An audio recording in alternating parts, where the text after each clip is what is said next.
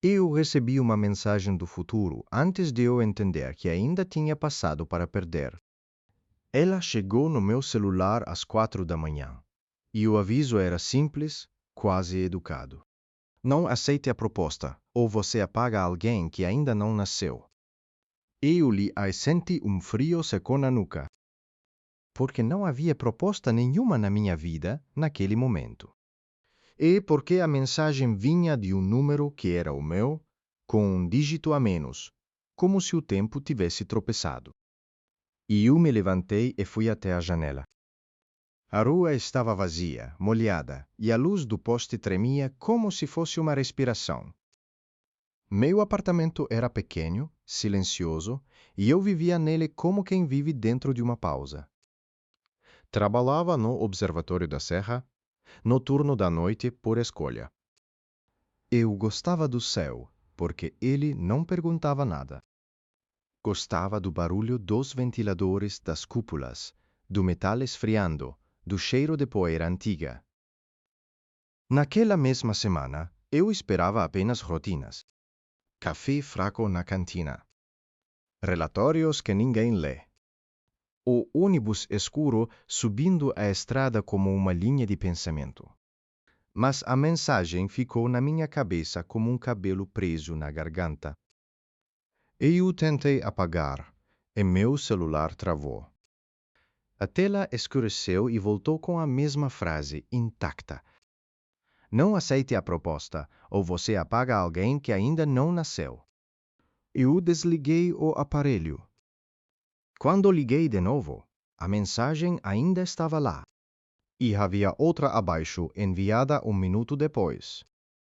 Se você insistir, a luz que você vai ver não vem do céu. Vem de dentro da sua casa. Eu fiquei parada no meio da sala, sem saber o que fazer com as mãos. Minha casa não tinha nada de ameaçador. Uma mesa, uma cadeira, livros, uma planta que resistia por teimosia. Eu pensei em golpe, em brincadeira, em erro. Pensei em alguém do observatório querendo me assustar. Mas o número era errado demais para ser humano, certo demais para ser acaso. Na manhã, eu fui trabalhar como sempre. O ônibus subiu a estrada com o mesmo balanço. Eu olhava a paisagem e tentava não procurar sinais. No observatório, o céu estava limpo. A cúpula abriu com ruído familiar. O telescópio apontou para a mesma região que eu vinha monitorando há semanas.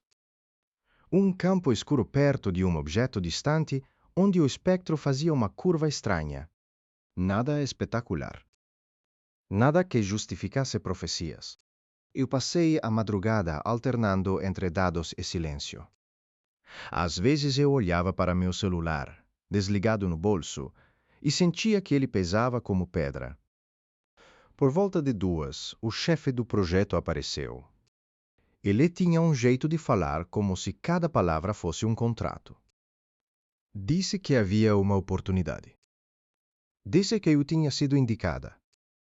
Eu ouvi a palavra oportunidade e senti o corpo reagir antes da mente. O futuro tinha cheiro. Cheirava a corredor limpo e a gente sorrindo com pressa. Ele falou de consórcio internacional. Programa novo ligado a uma missão de espaço profundo. Uma parceria com uma empresa privada que queria acelerar o calendário. Ele disse que eles tinham uma proposta para mim. Disse que precisavam de alguém com meu perfil, alguém que não se assustasse com dados ruins. Eu não respondi de imediato. Eu ouvi o eco da mensagem da madrugada. Não aceite a proposta. Eu olhei para o rosto dele e vi sua normalidade. Homem cansado, animado, com a chance de subir de nome. Ele explicou que eu teria acesso a laboratório novo. Que eu poderia trabalhar com sinais em tempo real. Que eu poderia participar de algo que mudaria a história. Mudaria. A palavra ficou brilhando. E eu disse que precisava pensar. Ele sorriu como se isso fosse parte do ritual. Disse que a equipe viria falar comigo no dia seguinte, na sala de reuniões. Quando ele foi embora, eu voltei ao telescópio e tentei focar. Mas os números pareciam mais frágeis do que antes. Como se a realidade tivesse começado a aceitar sugestões. No fim do turno, eu deixei a cera antes do amanhecer. A cidade ainda dormia. Meu prédio parecia o mesmo. Mas, ao entrar, eu senti um cheiro diferente, metálico, como chuva em fio elétrico. A lâmpada do corredor piscou uma vez. E eu lembrei da segunda mensagem. A luz que você vai ver não vem do céu. Vem de dentro da sua casa. No meu apartamento, tudo estava no lugar. Mas o ar parecia mais frio. Eu fui até a cozinha e encontrei a torneira pingando, mesmo eu tendo fechado bem. Eu desliguei o celular para economizar bateria e, por impulso, liguei de novo. A tela acendeu. A mensagem estava lá e abaixo dela havia uma nova, sem horário. Você já está perto demais. Você acha que escolhe, mas você só confirma. Eu sentei no chão da sala. Meu coração batia com uma pressa que não combinava com a hora. A vida normal era isso. Pagar contas, lavar um copo, dormir mal. E, de repente, perceber que o tempo podia tocar sua campainha. No dia seguinte, eu fui à reunião. A sala tinha uma mesa grande e água em copos de plástico. 3 pessoas me esperavam. 2 homens e uma mulher. A mulher falou primeiro. Ela tinha uma voz calma demais e um olhar que não se distraía. Disse que era do programa. Disse que eles estavam recrutando para um módulo de comunicação temporal. E eu quase ri, mas não saiu som. Porque eu não tinha contado a ninguém sobre as mensagens. E mesmo assim, ela usou a palavra temporal como se fosse comum. Ela disse que o universo não era uma linha.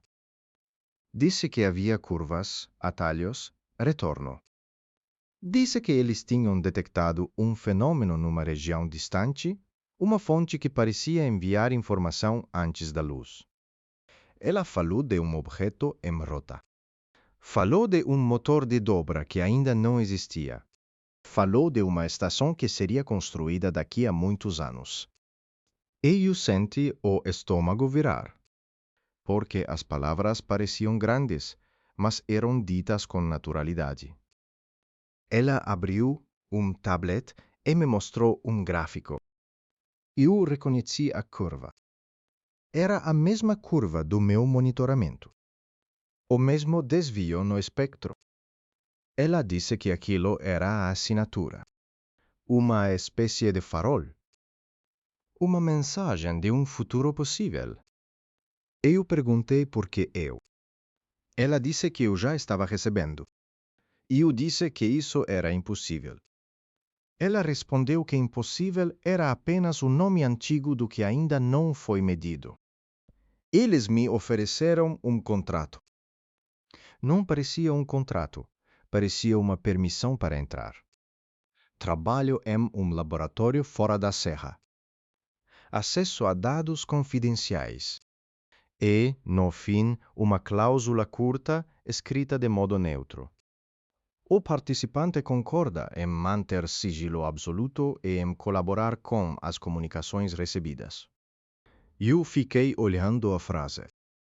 Colaborar com comunicações recebidas. Como se eu já tivesse aceitado antes de nascer. Como se fosse uma função do meu corpo.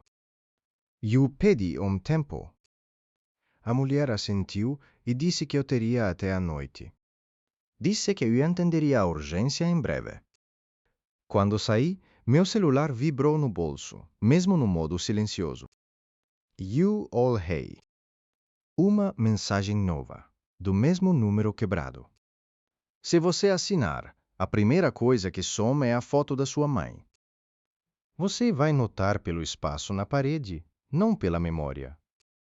Eu levantei o olhar e vi, no corredor do observatório, uma foto antiga da minha mãe em um quadro. Eu não costumava reparar. Mas, de repente, eu o vi com nitidez. O sorriso dela tinha uma imperfeição no canto da boca. E eu senti um aperto, como se alguém tivesse puxado uma linha invisível ligada ao meu peito. E eu voltei para casa cedo. No caminho, comprei pão e leite por hábito, como se hábitos fossem âncoras. Em casa, eu fui direto ao quadro na parede. A foto da minha mãe estava ali. Eu encostei os dedos no vidro. Eu tentei lembrar a data em que ela morreu. A lembrança veio, mas não vinha com certeza. Era como olhar uma palavra conhecida e duvidar da grafia. Eu sentei e escrevi num caderno. Nome dela.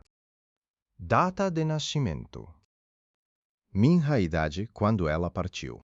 Eu escrevi por medo de perder. E, no ato de escrever, eu senti uma tristeza que não tinha forma. À tarde, meu irmão ligou. Ele perguntou se eu estava bem. Perguntou isso sem motivo. Eu disse que sim. Ele ficou em silêncio e então perguntou se eu lembrava do nosso pai. Eu disse que lembrava. Ele disse que tinha sonhado com ele. Depois perguntou se eu lembrava do nome do cachorro que tivemos. Eu respondi, mas a palavra saiu com atraso. Eu senti vergonha do atraso. Depois da ligação, eu fiquei olhando para o caderno. Eu pensei em como tudo que eu amava podia ser editado sem barulho. No fim do dia, o céu ficou laranja e eu fui para a varanda. A cidade parecia distante. Eu ouvi um avião passando.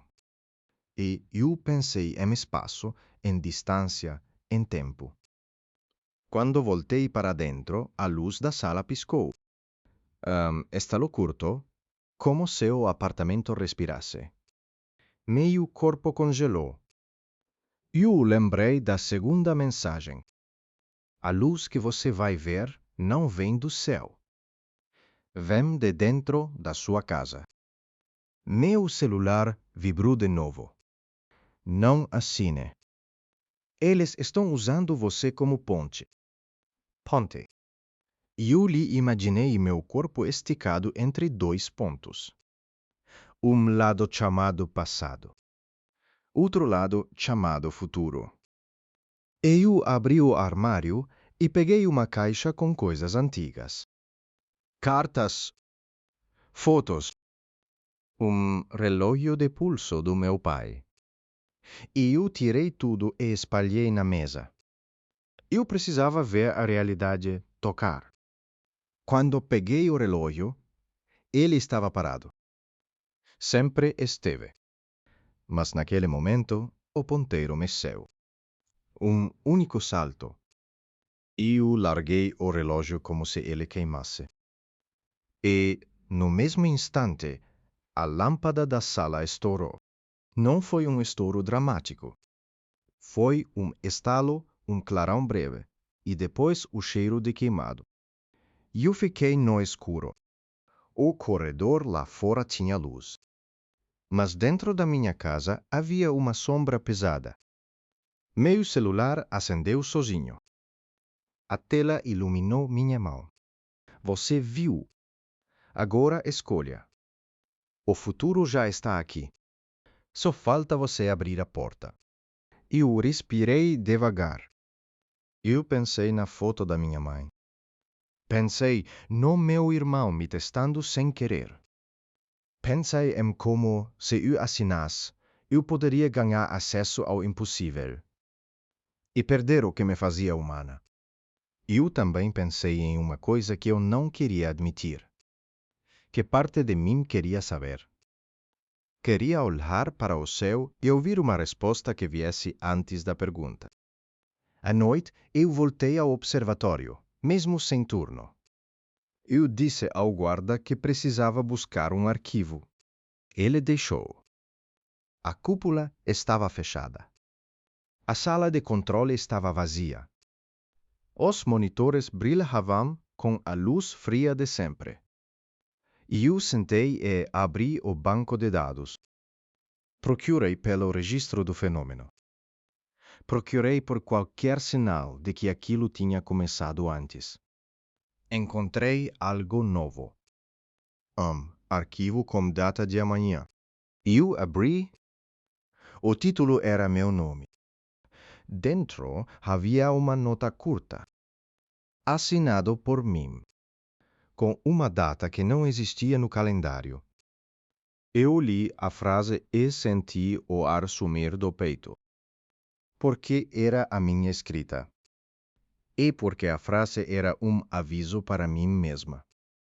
Se você está lendo isto, significa que eu já aceitei. E significa que eu estava errada em pensar que poderia parar. Eu fechei o arquivo. Fiquei olhando para a tela como se ela fosse um buraco. O futuro tinha aprendido meu jeito de escrever. Ou eu tinha escrito do futuro. E eu não sabia qual era a diferença. Meu celular vibrou com força. A tela mostrou uma última mensagem. Eles vão pedir que você envie algo para trás. Uma única frase. E essa frase vai ser o início de tudo. Eu senti uma pressão nos ouvidos como altitude. A sala pareceu distante do meu corpo. Eu pensei em todas as vezes em que eu acreditei que eu escolhia. Emprego. Cidade. Turno noturno. Rotina. E eu percebi que talvez minhas escolhas sempre tivessem sido empurradas por algo que eu ainda não tinha vivido. No dia seguinte, eles me esperavam no laboratório. Prédio novo. Vidro. Corredores limpos. A mulher do olhar firme me recebeu sem sorrir. Ela disse que eu tinha uma decisão. Disse que eu podia ir embora, mas que eu já tinha visto demais. Ela colocou o contrato sobre a mesa. A caneta ao lado parecia leve. Ela disse que a primeira transmissão guiada seria naquela noite. Disse que o sinal estava estável. Disse que eles precisavam de mim. Eu olhei para o papel. Eu olhei para minhas mãos. Eu pensei na minha mãe, no vidro do quadro, na memória instável. Pensei no arquivo com meu nome, vindo de amanhã. A mulher disse, com voz baixa, como se tivesse pena. O futuro não espera. Ele só retorna. E eu fechei os olhos por um segundo. E, quando abri, vi no canto da sala um monitor ligado. No monitor havia um texto curto. Uma mensagem recebida naquele instante. Era a mesma frase que tinha me acordado às 4 da manhã. Não aceite a proposta, ou você apaga alguém que ainda não nasceu. Eu senti as pernas ficarem fracas. Porque aquilo não era aviso. Era um círculo. E, naquele momento, eu soube que, se eu assinasse, eu seria obrigada a enviar a frase. E, se eu não assinasse, eu ainda teria recebido. Eu não sabia onde estava a liberdade. Eu só sabia que o tempo tinha minhas chaves. A mulher empurrou a caneta na minha direção. Do lado de fora, o sol brilhava como se nada tivesse acontecido. Eu encostei a ponta da caneta no papel e percebi que minha mão tremia não de medo. Tremia de reconhecimento. Como se eu já tivesse feito aquilo antes, em outra dobra do mundo. Resumo curto. Eu descobri que mensagens do futuro estavam interferindo diretamente nas minhas decisões do presente. Uma proposta científica abriu um ciclo onde avisos, perdas e memórias eram alterados antes de acontecerem. Percebi que minha própria escrita vinha de um tempo que ainda não existia. Agora eu estava diante da decisão que sustentava todo o paradoxo. Eu fiquei com a caneta suspensa sobre o papel. Ninguém falou nada. O silêncio daquela sala era calculado. Até o ar parecia esperar. Eu pensei que, durante toda a minha vida, alguém sempre esteve decidindo antes. Não uma pessoa, mas uma consequência. Se eu assinasse, eu entraria oficialmente no ciclo. Se eu não assinasse, o ciclo ainda assim já tinha passado por mim. Eu respirei fundo. A mulher à minha frente não demonstrava pressa. Ela sabia. Todos ali sabiam. Eu perguntei o que aconteceria depois da primeira transmissão. Ela respondeu que depois não era um conceito confiável. Disse que o tempo se ajustava, que perdas eram redistribuídas, que nem tudo desaparecia de uma vez. Eu perguntei se alguém já tinha tentado sair. Ela disse que sim. Perguntei se conseguiu. Ela respondeu que não existia um registro estável dessa tentativa. A caneta ainda tremia. Mas o tremor já não era medo. Era cansaço. Era o peso de perceber que não havia escolha limpa. Eu lembrei da minha mãe. Não da morte, mas do jeito como ela organizava as coisas para depois. Etiquetas, datas, bilhetes presos com imã.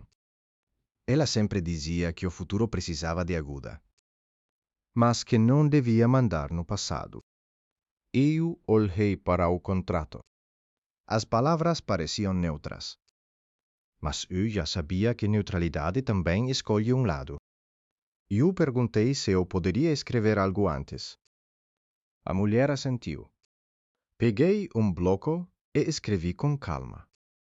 Não uma equação, não um aviso técnico. Escrevi uma lembrança. O nome da minha mãe. O defeito no sorriso. O cheiro de café na cozinha. Eu perguntei se aquilo faria diferença. Ela disse que talvez. Talvez era a palavra mais honesta que eu tinha ouvido ali. Porque o tempo, quando é tocado, perde a obrigação de explicar. Eu assinei. O gesto foi simples. Uma linha curva. Meio nome completo. Nada explodiu. Nada brilhou. A sala continuou igual. Mas algo em mim tinha se deslocado. Naquela noite, sentei diante do terminal. Os monitores mostravam a mesma curva no espectro. A mulher explicou o procedimento. Eu quase não ouvi. Quando chegou a hora, ela disse que eu precisava enviar uma única frase. Uma frase curta, direta, sem explicações. Ela disse que eu saberia qual era. E eu sabia. Digitei devagar. Cada letra parecia pesar mais do que deveria. Não aceite a proposta, ou você apaga alguém que ainda não nasceu. Antes de confirmar, hesitei, não por dúvida, mas por reconhecimento. Eu estava criando o aviso que tinha me acordado. Eu era o início do medo que me trouxe até ali. Eu confirmei. O sistema registrou. O sinal foi enviado. E, por um instante, eu senti um vazio leve, quase gentil. Nos dias seguintes, continuei trabalhando. Nada parecia diferente à primeira vista. Mas pequenos detalhes começaram a faltar. Uma fotografia em uma parede que eu não lembrava de ter retirado. Um nome que eu precisava repetir para ter certeza. Eu não entrei em pânico. Eu tinha sido avisada. O ciclo não cobra tudo de uma vez. Ela ajusta. Eu liguei para meu irmão. Ele atendeu. Falamos coisas simples. Em um momento, ele fez uma pausa. Perguntou se eu lembrava de algo da nossa infância. Eu respondi que lembrava, mas percebi que a lembrança tinha menos cor. Depois da ligação, sentei em silêncio. Não chorei. Eu entendi que cada escolha deixava um rastro, mesmo quando parecia necessária. Com o tempo, a equipe começou a falar em novas transmissões. Outras frases. Outros pontos de contato. Eu ouvi, mas não me ofereci. Eu já tinha cumprido minha função. Eu era a ponte que avisava, não a estrada. Um dia, voltei para casa mais cedo. A cidade parecia igual. No meu apartamento, a parede onde ficava a foto estava vazia. Eu encostei a mão ali. Não senti desespero. Senti continuidade. Peguei meu caderno. Escrevi o que ainda lembrava. Não para salvar, mas para aceitar. Na varanda, o céu estava limpo. As estrelas pareciam distantes e indiferentes. Eu pensei que o universo não se importa com coerência. Ele apenas segue. E nós seguimos com ele, perdendo um pouco, entendendo quase nada. Naquela noite, desliguei o celular. Não por medo, mas por escolha. Se outra mensagem viesse, viria. O tempo sempre encontra um jeito. E eu me deitei. Respirei devagar. Do lado de fora, carros passavam. Alguém ria em algum apartamento. A vida continuava, mesmo com falhas. Mesmo com lacunas. Eu fechei os olhos sabendo de uma coisa simples. Nem todo futuro precisa ser impedido. Alguns apenas precisam ser atravessados.